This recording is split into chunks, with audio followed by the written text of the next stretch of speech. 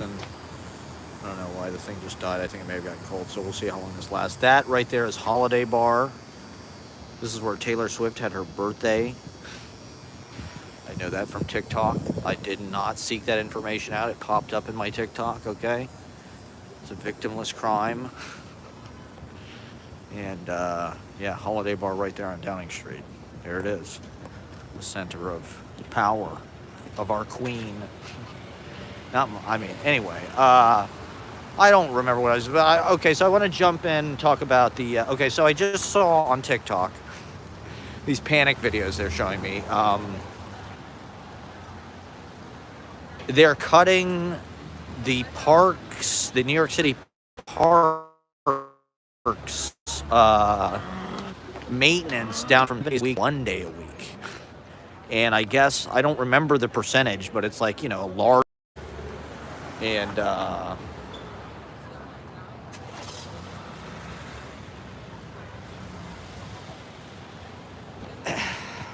I would guess that part of the reason why they're doing this is like the same reason why the MTA is doing the congestion pricing thing. Well, they're just doing it for money, right? They're doing it to get revenue. I imagine because the city has lost revenue because businesses have moved to Miami Beach or whatever, Florida, or people aren't working in their offices, so all that tax revenue is gone, all that commerce is gone, all the money in Midtown, right? People going there to buy lunch, to spend money while they're at work. So they got to make money some fucking how. So what are they going to do? They're going to cut the upkeep of the parks. I mean, it's almost like broken windows policy in reverse or something. I mean, not that I'm like,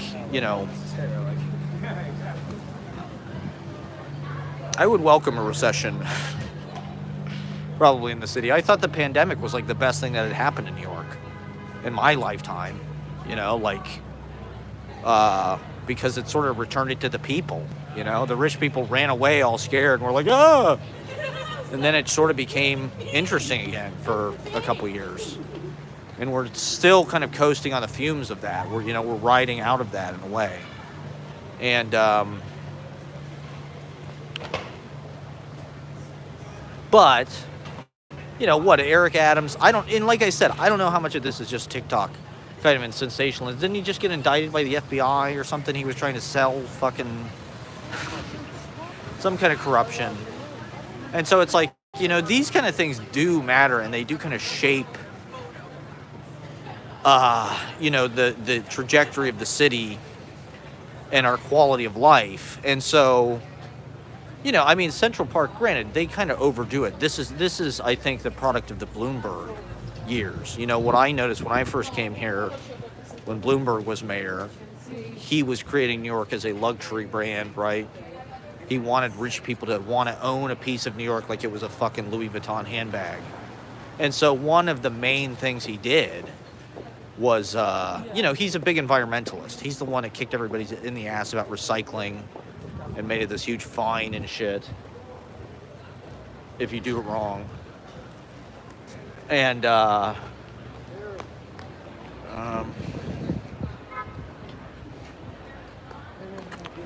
he built out a lot of the parks, a lot of the newer kind of cheesy, like Brooklyn Bridge Park, and a lot of the kind of like modern kind of amusement park. They all look like mini golf courses or something. Brooklyn Bridge Piers, all that shit. The whole Williamsburg waterfront thing. That was all fucking warehouses and shit. Just like an industrial slum.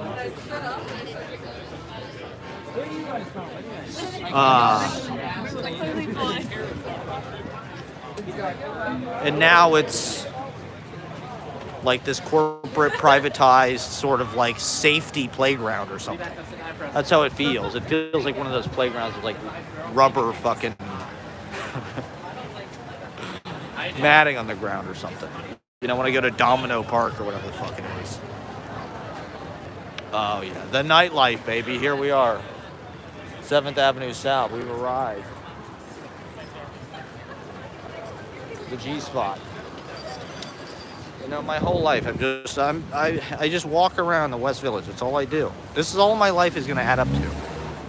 I will have spent 30% of my life just doing this, walking around the West Village with no point of entry, no point of contact, permanent tourist, experiencing kind of a contained wanderlust. A wanderlust that's just kind of, it's like being in solitary confinement. You're just going to walk around in your cell. The cell being New York. I mean, New York is the place that can take care of you. The subway, there are things in the infrastructure that they haven't quite taken away yet. Even though they're trying, and they just want it to be kind of a private club for the rich. That's why this congestion pricing thing. And Central Park feels that way. Central Park feels like a golf course. Feels like Muirfield Village. And maybe it would be better if they cut the fucking... I mean, do we really need pickleball courts? Cut that. Cut the funding for that shit. We don't need a roller derby rink. We don't need a roller disco in Central Park. That's probably sponsored by Citibank or something. That's probably some kind of major corporate naming rights deal or some shit. Yeah, we'll pay for a roller disco in the middle of Central Park as long as we can name it after BlackRock. Enron Field. It's all around us, everybody. The corruption is rampant. And, so I don't know. I mean, all I'm saying is, that's where that kind of begins. The rich people feel comfortable because of the parks. Because the parks look like Scioto Country Club. Because because they look like where they came from. They look like some shitty fucking golf course in Nashville or something.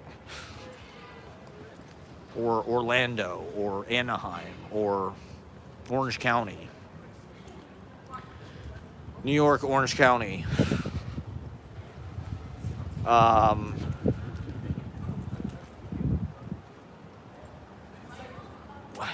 Taylor Swift is kind of an emblem of capitalism. Okay, so this was something I saw in a video that I wanted to comment on. The idea behind the and this is what I mean by Taylor Swift being an emblem of capitalism, is the idea behind the trad wife movement, being that women sort of coming to the conclusion that, hey, maybe we don't want to work for a living. Maybe that's for suckers. And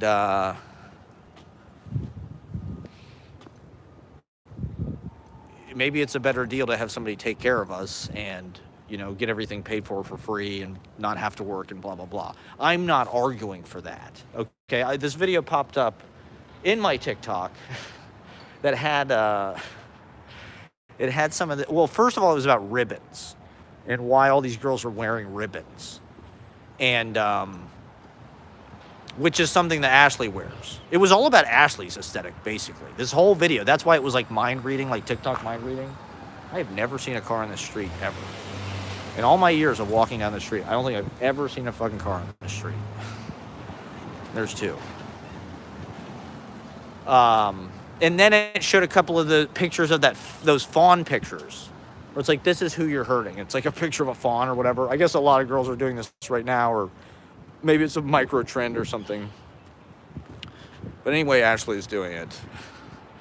And they said, I don't know, maybe I'm conflating this or getting this wrong, but they said that, this sort of girliness is sort of a reaction against the kind of girl boss feminism of the millennials and sort of my generation, because younger people are seeing that it didn't work. That being a girl boss and, they weren't able to fucking I don't know, save the world or something. Like everybody, I don't know. This is how the culture like is always explaining itself, or like maybe how cultural movements happen is like they go into it and they're thinking, yes, this is the change that we need, and then at a certain point, it sort of like climaxes and breaks back, and like.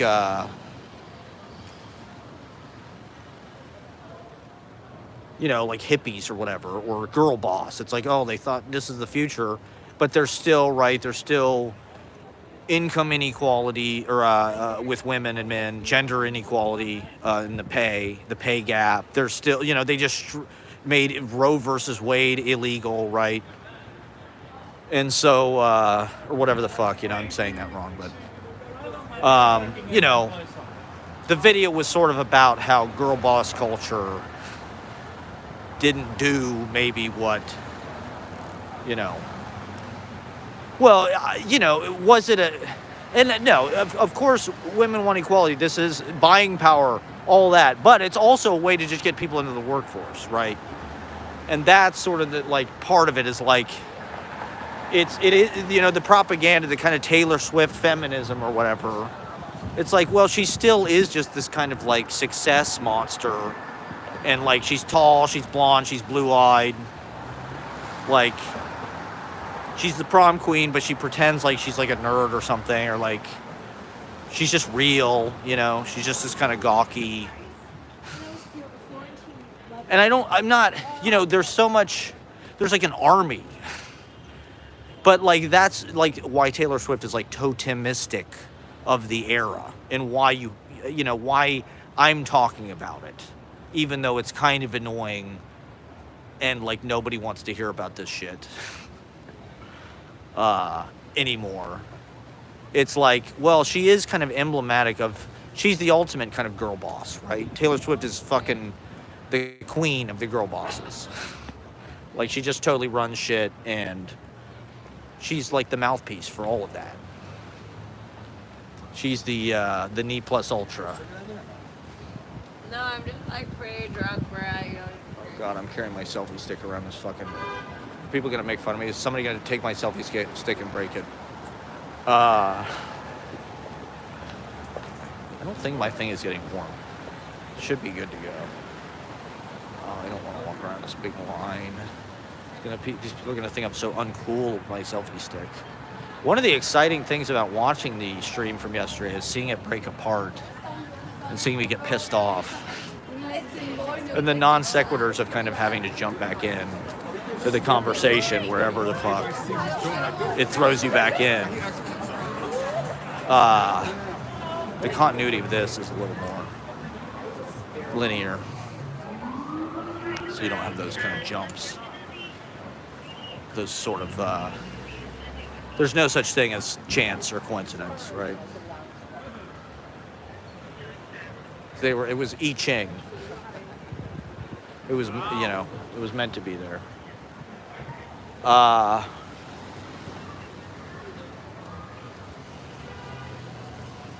So I don't know, you know, that's the first, you know, logical explanation I've heard of the fucking tradcath thing, or the trad wife thing. You know, like, not that, you know, women want to regress, you know, although that's like the joke that a lot of the people like to make, you know, when they're trolling about being tradcath or whatever. It's more about just like, you know, not having to work and, you know, still having a nice life.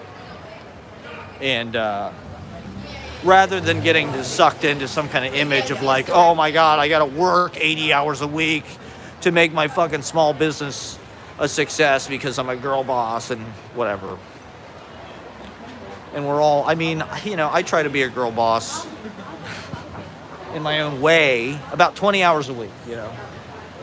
Who knows what I could have accomplished this year if I would have still had that apartment.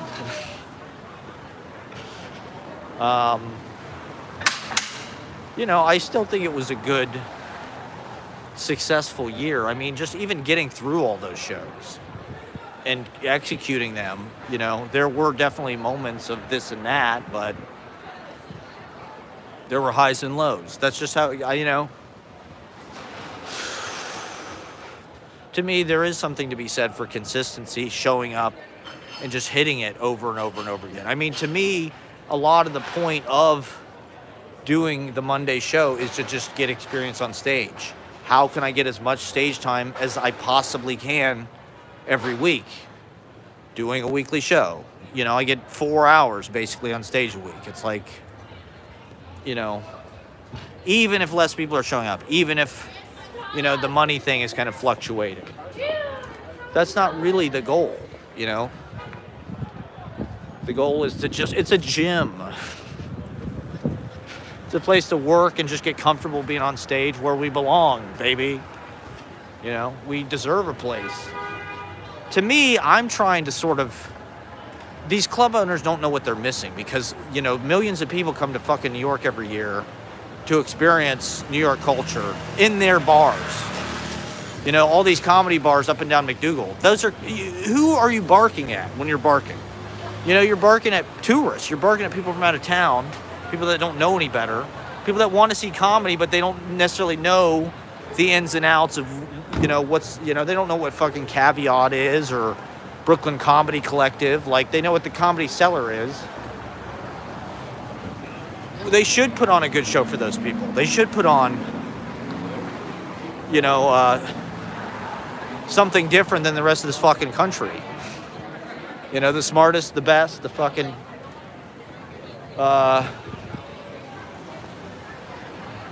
whatever. You've heard me go on about it.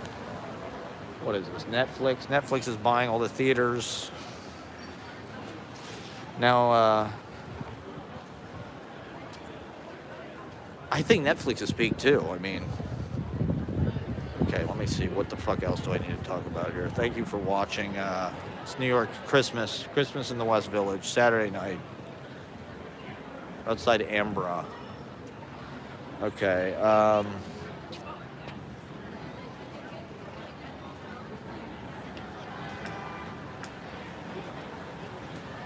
Yeah, I don't know. It's like,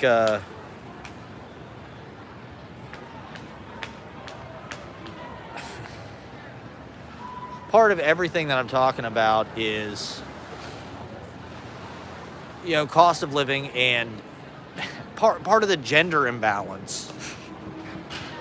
You know, I think, you know, like, for instance, when I was a kid, it was pretty much assumed if there was going to be a divorce, the man was going to lose, right? He's going to have to pay alimony or child support. He's going to lose custody because the woman, he's probably the provider. He can afford to pay child support or whatever. Whereas now it's like, that's not necessarily an assumption. You know, men aren't the breadwinners necessarily anymore.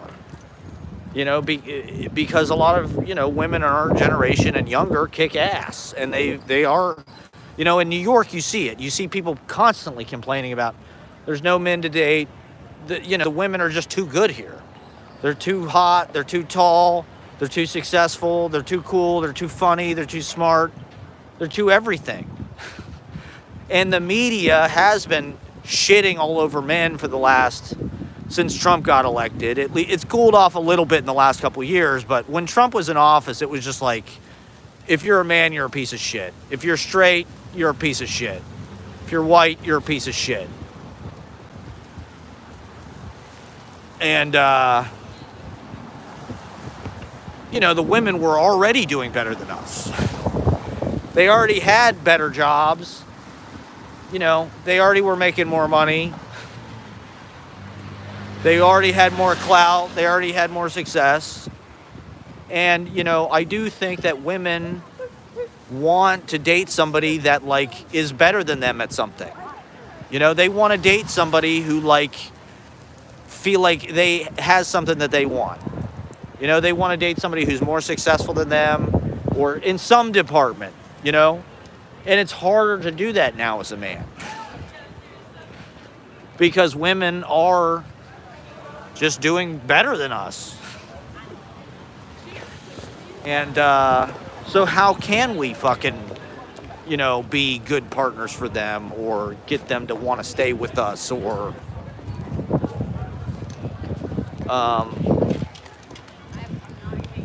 You know, I heard somebody say date the one that wants you, not the one that you want. You know, the one that wants you is the one who's going to be good to you. I think there's definitely truth in that, you know. But it's hard. It's hard now. And you know, so what's going to happen? Are women just going to all be in kind of power lesbian relationships where they have test tube babies, surrogate fathers? They're just so turned off by men. They make more money than men. They don't need men. Men are gross. Men are toxic. All men are pieces of shit. And so then the men are going to be what? All at stand-up comedy open mics. They have virtual girlfriends, AI girlfriends. They're you know, they have meta polygamous. They have polygamous relationships in metaverse. And they don't even talk to women in real life. That's the future. I don't know. You know, this is part, I think, of what Samuel R. Delaney is talking about, or what I'm talking about when I talk about the importance of sex, the importance of at least trying. You know, I mean, how many people bitch about Tinder or Hinge or whatever the fuck it is, and how bad dating sucks, how online dating sucks, how dating sucks. It's like, you know, part of living in New York is coming to terms with just like the sheer volume of how many people are like, closely competing with you. You know, if we have a competitive nature, or you know, our society is definitely encouraging that. You know, New York, you're just in this big pile where it's just like, you know, there's 15 other people that are like similar to you, but maybe a little better. At least. And there's always new people coming in. They're better looking, they're taller, they're smarter, they've got a better resume, they're more talented. You know, it is hard to fucking like deal with that. And I don't know, it would be nice if we could be in just a little bit more of a supportive and hang out, if we had time to hang out. And I mean, we find that, we make that, but I don't know how. I guess we're all doom spending, right? I mean, well, okay, that's part of when I was talking about earlier about living like a child until I'm 40 years old, or, you know, not taking the deal, not getting a corporate job, not getting an MFA, and just being this sort of like weird, you know, living on the edge of disaster at all times, outside the lines, doing it in amateur open mic nights, booking my own shit, self-promoting, doing public access, doing YouTube,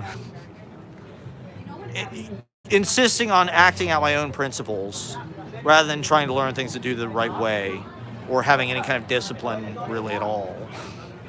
My career is kind of self-indulgence, you know. I guess my 30s have been just have artistic self-indulgence. But I think as an artist, why not? You know, I don't know. You know, Rick Rubin, he's the fucking master guru now. Everybody, you know, bought Rick Rubin's book and listened to Rick Rubin's podcast and shit. And he was like, what? You do it for yourself.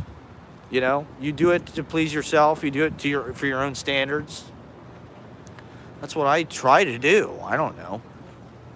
And so I don't take money, you know. I don't have to, you know, get a university or other people to validate what I'm doing or to vindicate it or to put their stamp on it, you know.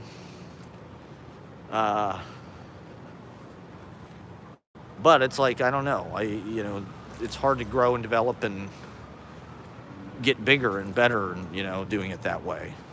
You know, look at me. I'm live streaming with a broken iPhone and a fucking... Shout out to Eamon for giving me this selfie stick. This thing is the ultimate tool for this.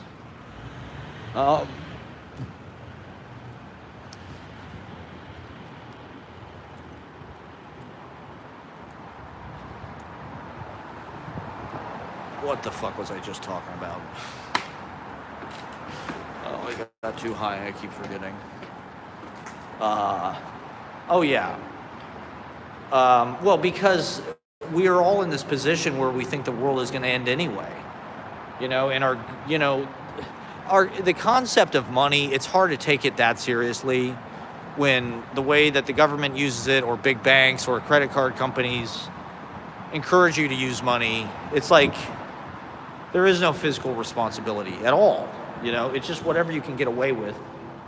Fucking stuff your pockets and charge it and try to be Wolf of Wall Street. Get $20,000 worth of sides. And do I have women fans? I don't think anybody. I'm worried that my gender ratio is like really bad. Something's happened. Like I said, my brand is toxic now. The Easy Paradise thing. I've gotta do some kind of PR. I need some kind of reboot. I need a new logo and maybe I should fire a bunch of people.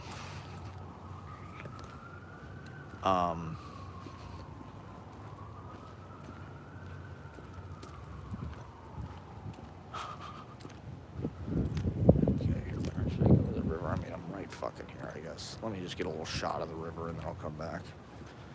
Oh man, I don't know how I got this far over here. This is West Beth. Okay, so this is a good example of the changes in our society. When this was created, it was created by AT&T or something, because the train was right here. And like the first radio, the first live TV, it was all done here. There was a sound stage here. It was like Bell Laboratories or something. They did all kind of like technological. It's an amazing facility. But they decommissioned it, in the 40s, whatever, when the railroad. And then they turned it into artist housing in the 60s. The government bought it and converted it. And it's this unbelievable, Merce Cunningham lived there. All these fucking people. And, now it's just like everything. It's expensive. It's still artist housing, but just the rates have gone way up. There's just no way to just be, this kind of little person out of the way, trying to work on your little craft, unintruded on by capitalism and having to work and having to pay for tons of shit. And okay, that was exciting, wasn't it? It was loud. It's just harder and harder to conduct your little poetry life.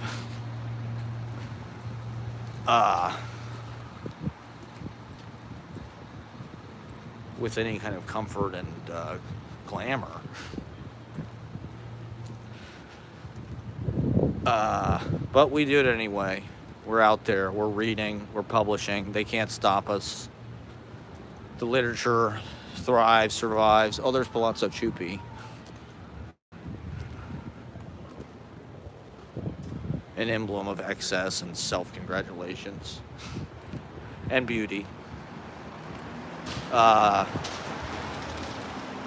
So, once again, it's like in our culture it's like these are the only things that exist. These kind of monumental, Taylor Swift, Harry Styles, these big entities. But it's like there's this whole, world of culture and art and poetry and original works being done. And,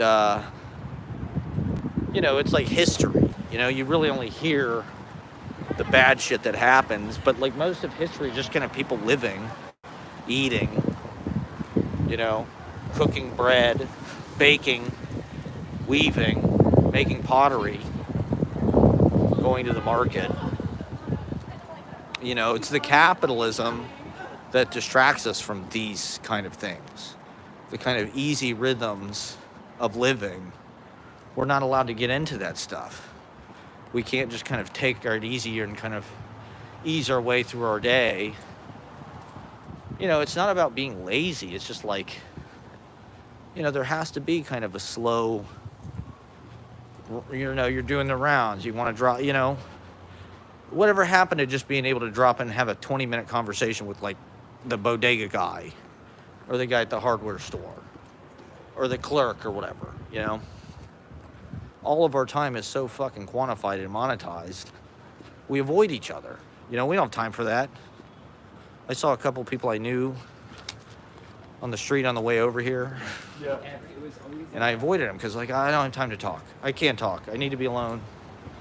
This is one of my favorite streets in New York, West 11th, right here. All these little businesses. Ooh, private event, nice. Turks and frogs. This is one of the nicest streets, West 11th. If anybody's got any leads on any rent-controlled apartments, I'm trying to manifest a rent-controlled apartment in the West Village. I need it to better conduct to better, you know, support and enhance the creative life of the city and the culture of the world thereof, you know? Like, we need to, if I had a rent-controlled apartment, I could do workshops, I could go to everybody's events, I could get to KGB easier, I could have friends over, let them borrow books, introduce them to new work. I don't know. Oh, shit. What else?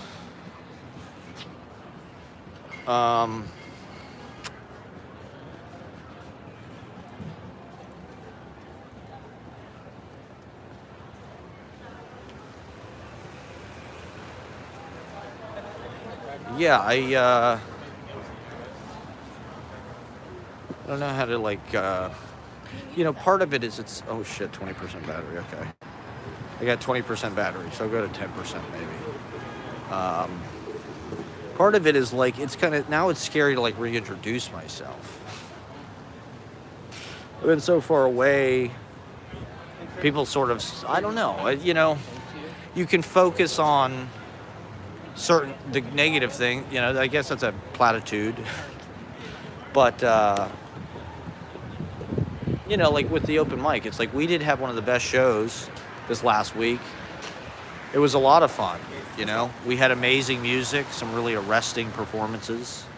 A lot of times that's the stuff that makes it seem really special and memorable, is when the music, you know, especially if people can play that piano and they play kind of slow stuff, it can make it, that can kind of create this, like, buzz. You know, that's what I think we've lost. And it's like, it's the nature of things. You know, there's sort of a honeymoon period where everybody gets excited about it. But it's also the nature of this thing that it does kind of just, like, shed its skin. And there's always, because it's New York, there's always new people coming in. And, you know, we need new people. You know, there's always new people moving to the city. They need a way into the city. They need a way to meet people. They need a way to meet the other poets, the other comedians, whatever. But it's like, you know, there has been, like, waves of, you know, eras where people leave. You know, it's like I said, in the very beginning, James would come out, Jonathan Aprea would come out, Rachel Allen came out a few times, Corey came out. You know, and that was nice of them to come out the first couple months, but I get it. Like, that was enough for them. I want to create a place where people can drop in any Monday ever and be at home. You know, I don't want you to necessarily feel obligated to come out every week, but if you're in the city and you got nothing to do and you happen to be in the neighborhood and you want to drop in, I just want it to be there. And I do want it to kind of be this, you know, familiar standby that you can just rely on. It's going to be there and it's going to be what you remember. But at the same time, like, our culture does require reinvention. You can't just, you know, you can't just do the same thing forever. And, well, I don't know. I mean, people grow, situations, you know, like I was thinking about the fucking Beatles, right?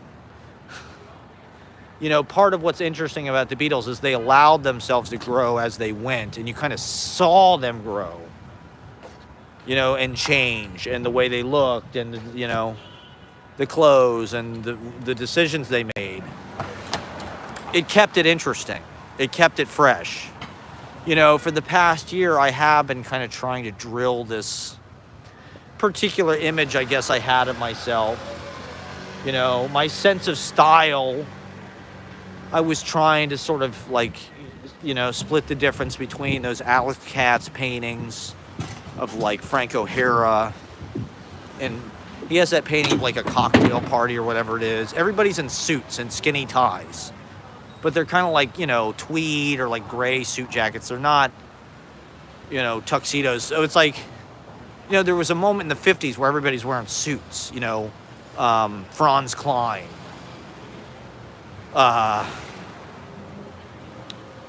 Auden, you know, Robert Motherwell, you know, that Kerouac, right?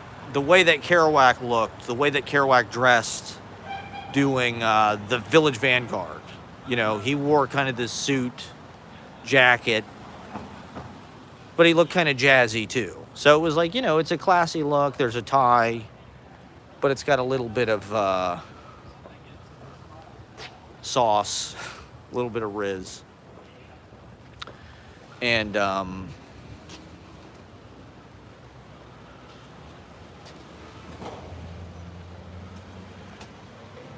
you know, it became more about talk show host. I mean, everybody was telling me, oh, you're a great host, you're such a great host, this and that. And so I took that kind of seriously. You know, when people are telling you stuff, it does kind of influence the course you take. Or maybe too much, I don't know. And, you know, everybody's saying you're a great host, you're a great host. So, you know, I was thinking, okay, well, what, you know, the suit was sort of an integral thing. That was like one of the initial visions. But now that I've been doing it for over a year, you know, I had those same fucking shoes, those Nike white spat looking shoes. You know, those were a big part of the image. I was trying to look like, you know, some kind of like clown Broadway dance guy or something. You know, they kind of look like golf shoes. My ensemble kind of looked like Carson in the 70s. Kind of big flares, big bell-bottom pants. Those big floppy clown shoes, all white. You know, I mean, I was living out every childhood fantasy I could think of at once because I had the opportunity. You know, I've got the stage in Manhattan once a week. I'm hosting. I'm going to dress up. I'm going to film it. I'm going to try to be a comedian. I'm going to do a monologue. I'm going to be a beat poet. I'm going to be Wavy Gravy. I'm going to be Taylor Mead. I'm going to try to do jazz. Blah, blah, blah. It's CBGB, etc. And it's its own thing. You know, it's its own original thing. Those are all just, you know, little content bursts or whatever. I'm going to try to do an hour here. Here we are, Christmas at St. Ambrose, everybody. We wish you a Merry Christmas. You know, so I finally got new shoes. My shoes were falling the fuck apart. I mean, the soles were goddamn coming off. And they have been for a long time. Because as everybody knows, I walk every goddamn place. And so I need, you know, I couldn't find replacement shoes. You know, with shoes, it's like you have to find destiny. It's not enough to just buy whatever shoes. It's like, it's a destiny thing. When you find the right shoes, it's like Zelda. It's like you found the next costume that you need or whatever. And those shoes that I had were so perfect. They were iconic for the role I was trying to play. You know, they were, Goofy. You know, they were the Kingdom Hearts, the anime. But it's like my hair, I've had the emo swoop for a while. The glasses, right? I got new glasses. I think people need reinvention. Especially if you're an artist, I don't know. Otherwise, they just look at you like you are out of ideas. Or it's like, oh, this is old. That was cool, but it's not cool anymore. You know, it's easy for people and for groupthink to kind of take that. You know, they like the new thing. They move in on the new thing, the exciting thing. But then once it's, it gets stale. You got to come up with something different. You got to shake it up. You got to, and that's not easy. It's easy, I usually can get the first part of the process, like this is kind of what happened with the Slooge too. Is like there was this excitement. People like were thrilled and like really nice to me, saying nice shit about me. Really enthusiastic, kissing my ass. And then at a certain point, people decided like I was a narcissist, or, maybe I wasn't involved enough. I kind of removed myself too much. I started to act like I was the boss. I started to act like I like controlled them, or like they owed their life to me or something. Like, oh, all these people that I introduced them to each other, or, they wouldn't even be doing this if it wasn't for me. They wouldn't even be reading. They did their first reading. They did their first performance. The Slooge, it was the same thing. It was a lot of people that, were inhibited by jobs and were not necessarily being artists. Because there's a lot of things in our society that they're telling you can't be an artist. You're not good enough. You don't have the talent. It's not worth it. You can't make money off of it. Blah, blah, blah. You're not good enough. Your art sucks. You suck. Just stop. Get a job. Start having children. And just work. Paying taxes. Making rich people richer. And it's like, no, here's a way out. Get up on stage with your writing. Go nuts. Light my fire, baby. But then, once people sort of figure that out for themselves, I don't know. I don't know how to take it to the next level. With the open mic, it's like, what do I do? What do I do next? It's so much upkeep just doing the show. It's like, it kind of, the hype curve. It went up. It was super exciting. The first few months when it was new, people could read at KGB bar, this, that. But after a while, it just becomes old hat, and they move on to other stuff. There's other more exciting stuff going on.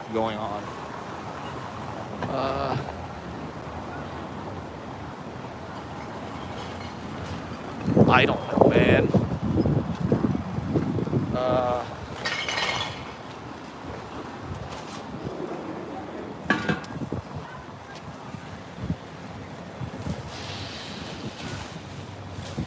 Maybe I didn't take advantage of the wave as much as I should have, but I don't know. Once again, it's just about the work, and, sustaining a life of writing and reading is not easy because it does take up so much time. And time, this time is money. You got to pay and especially as you get older, it's like the expectation, your responsibilities, having a kid, expenses for that.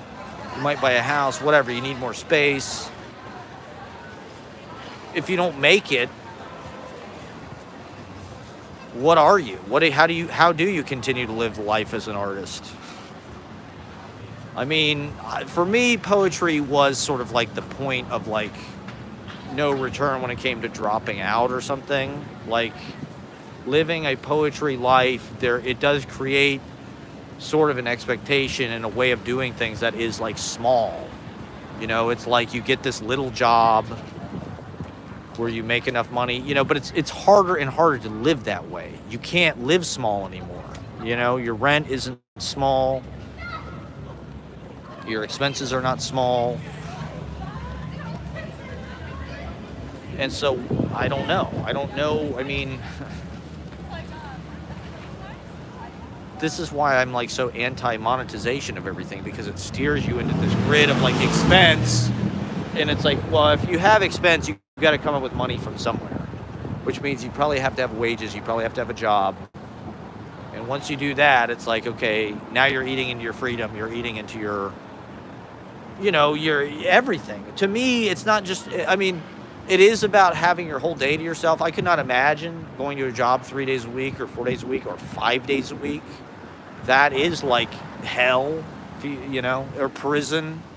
It's abuse. It's cruel and unusual.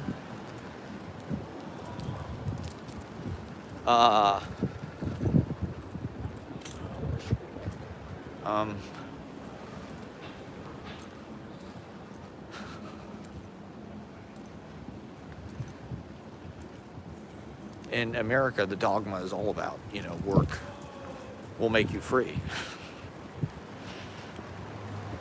And just dodging that is hard. You know, it's like being Aladdin. You gotta have street smarts. You gotta, you know, things are always, you know, coming at you. You gotta be able to dodge shit. You gotta have your wits about you at all times. Oh, God. So, you know, we're trying to self-glamorize, make ourselves into celebrities, make ourselves into icons so we can profit off of it. All right, what else do I need to talk about? Going back to my notebook. Okay. Oh, yeah, converting offices to residential. This is something that I did want to talk about because I think it is one of the answers, right? Converting offices to residential. If we're facing this crisis where the offices are empty and it's getting rid of the tax base. One of the criticisms I've heard of why this is a costly process, and it's not as simple as it seems, is the cost to convert offices to residential, I guess, is pretty high. $80,000 per unit or something. I don't remember. But what I will say is this, is, you know, when these artists and people moved into lofts in Soho in the fucking 60s and 70s and shit, you know, they weren't moving into a place that they thought was going to have modern amenities and fucking, you know, a 24-hour gym and all this shit. It's like they knew it was like the frontier, and a lot of those living circumstances were illegal, right? They just decided to live in these fucking, they were industrial buildings. You know, they were zoned for, you know, to be factories and shit. So it was actually illegal to live there. You know, they didn't have fucking plumbing and shit. They might have had a cold water spout or something, but they didn't have kitchen. They didn't have anything, really. You know, but they were artists. You don't need a lot, you know? And so, the point being, like, you know, they're saying, oh, it would cost so much to convert these offices to residential. It's like, let me move into an office right fucking now. I'll make it work, you know? I'll put a fucking air mattress in there. Like, it doesn't take a lot, you know? Fucking,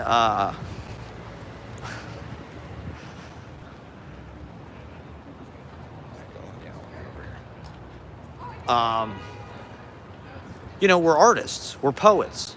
That's the point of it. The point is not like, oh, we got to go in and do an $80,000 renovation on this fucking office before you can move in. It's like, no, this is frontier, you know? We're pioneers. I'll move in with my fucking army duffel bag and, like, I'll sleep on the goddamn floor. I'm sure there's a bathroom, right? Because it's an office. There might not be a shower, but if there's a fucking toilet and a sink, that's pretty much all you need right there, you know? Which, you know, I mean, it's not going to be like some fucking condo or something.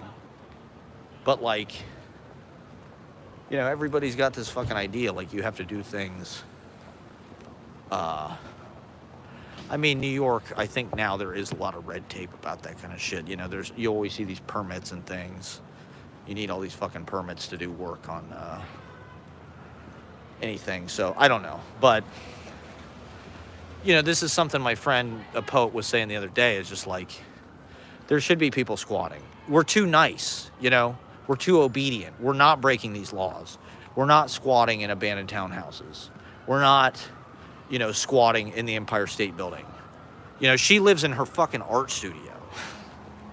She doesn't even have an apartment. You're always having parties at this house. I want to know whose house this is. Um, she lives in her fucking art studio. See, poets, we know, this is what I'm talking about, like poetry life. It prepares you. This is part of what being a poet is like you learn to subsist on nothing. You know, you learn to subsist on nothing. Okay, you got 10% battery left, so maybe I'll just do a couple more minutes. You know, you have your little job, you know, you have your little room, you have your little notebook, you do just a tiny little amount of work a day. You live in the West Village, which is a tiny little neighborhood. It's about getting small. It's about small magazines. It's about, you know, because, you know, the world is made up of an infinite amount of tiny things, you know. These big things are sort of the totems in how we understand ourselves, but there's a lot more going on, right? We're all living history.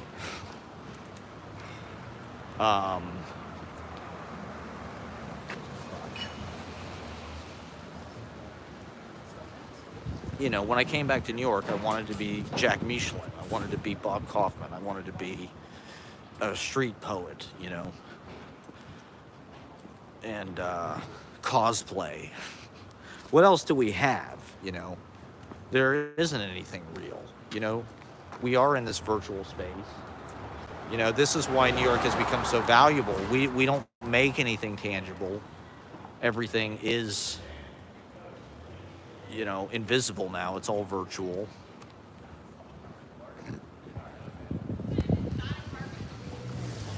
And so, why not just pretend?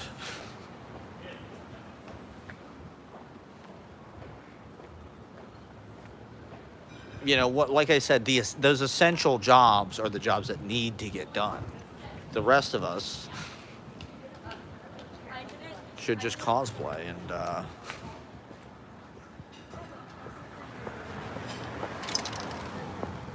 man, I want this townhouse so bad. Not the rest of us. I mean, you know, the essential work. We'll all do the essential work, but what else?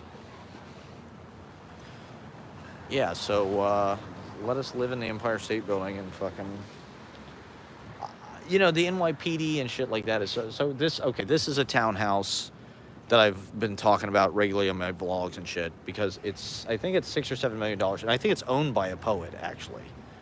Not anyone famous. Here, I'll flip it around. But it's like $6 or $7 million. I haven't seen any. There's no yard. That might be one of the reasons why, but it doesn't seem like there's a lot of interest. It's like I haven't. You know, these lights have been on. I haven't seen anybody go in and out of this place. Like, let's get some people. Let's just live there. Let's just squat there. You know, if you receive mail at address for